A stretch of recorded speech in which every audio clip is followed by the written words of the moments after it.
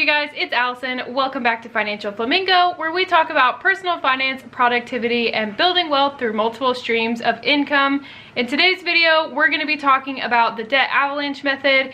This is the second video in my little mini series on debt, so I will link the first video up above in the cards, as well as down in the description box where I talk about the debt snowball method.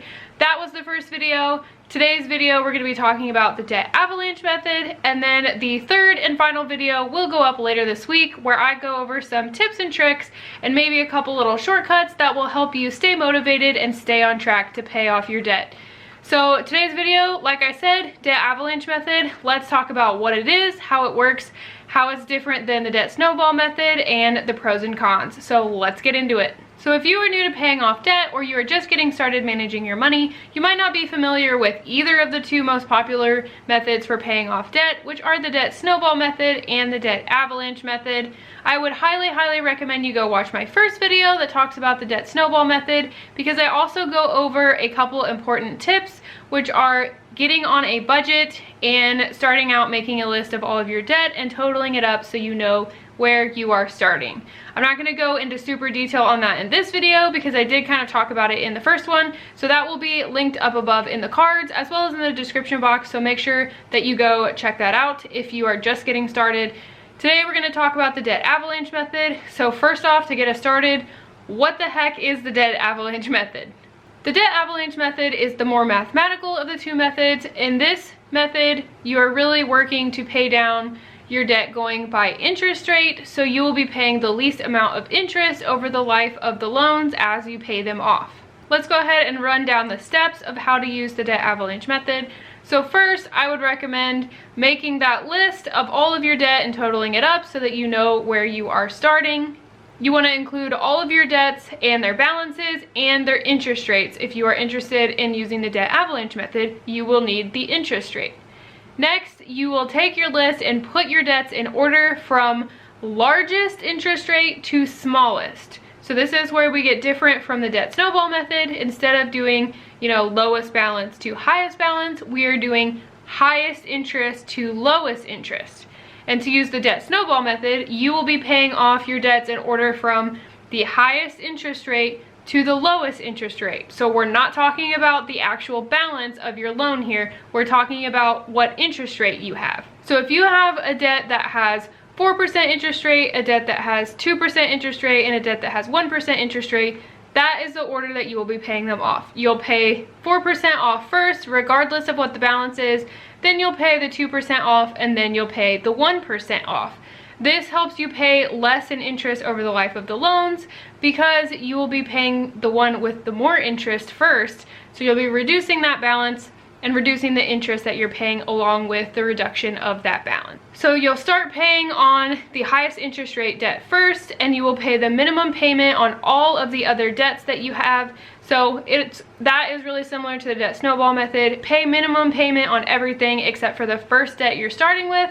Once you pay off that debt, let's say the 4% debt, the one with the highest interest rate, once you pay that debt off, you will take that entire minimum payment and the entire extra that you were paying on that debt and roll it straight down into the 2% debt or the next highest interest rate debt.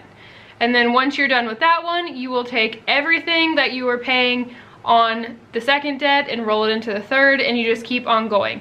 So that bit is a little bit similar to the debt snowball method, but you are going in order of interest instead of balance. So this is definitely the more mathematic approach. I want to give you guys an example of the avalanche method. So let's say that I have a credit card that is $12,000 and it has 13% interest, and I have a student loan that is $3,000 and it has 3% interest. So with the snowball method, I would pay off the student loan that is $3,000 first because it is the lower balance. But you can see it also has the lower interest rate. With the avalanche method, I would pay the credit card off first because it has the highest interest rate. So if you take the avalanche method route, you could be paying the $12,000 balance off first. That's not going to give you the quick wins that paying the lowest balance will give you. But you will end up paying less in interest over the life of your loans because you'll be knocking out the higher interest rate first. If you pay off the smallest balance first, you could be sitting there with this $12,000 balance earning 13% interest while you're trying to pay down this other smaller loan. So you could be adding up so much more in interest than you could be paying off. So you do need to take into consideration what the balances of your debt are and what their interest rates are. Because if you have 10 credit cards that all have $12,000 balances and 20% interest, and you have 2 student loans that are $5,000 and 5% interest, you might want to start looking at paying down those credit cards a little bit quicker, because you're going to be racking up a lot of interest very quickly, and you are going to want to knock some of that out. So you just need to take those things into consideration when you are thinking about whether you want to use the snowball method or the avalanche method. And then of course it's also possible to take a middle route where you pay off some of the smaller balances first to get those quick wins, and then from there go with the avalanche method.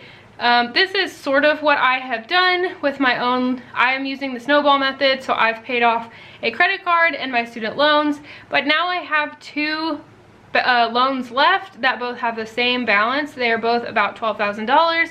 So I am choosing to pay off the one with the highest interest rate first, because it's going to save me the most money in the long run.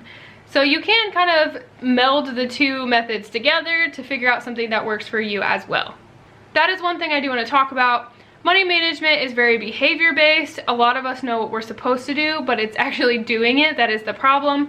But if you have self-control, or you don't really have too big of a spending problem, or if you're just really motivated, you know yourself. So if you think that if you're going to use the debt avalanche method, you have to be aware that just because your debt has the highest interest rate doesn't mean it's going to be the lowest balance.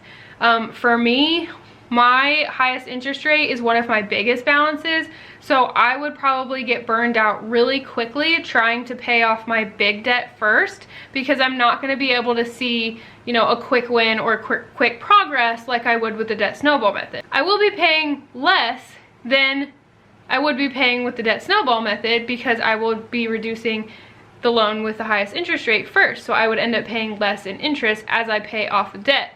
The avalanche method takes only interest rates into account, not balances, like I said, so you could end up paying your largest loan first.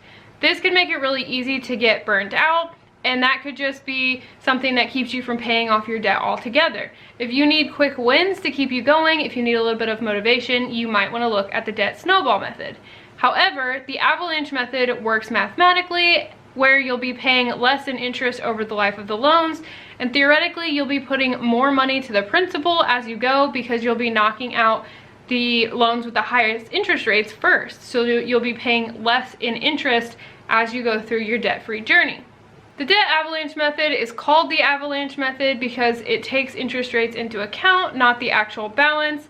And as you start paying the highest interest rates off, your payments on the later debts are just going to get bigger and bigger, because you're not only going to be paying more from the payments that you rolled from the previous debts, but you're also going to be paying less in interest every month, so your balances are going to go down just a little bit quicker.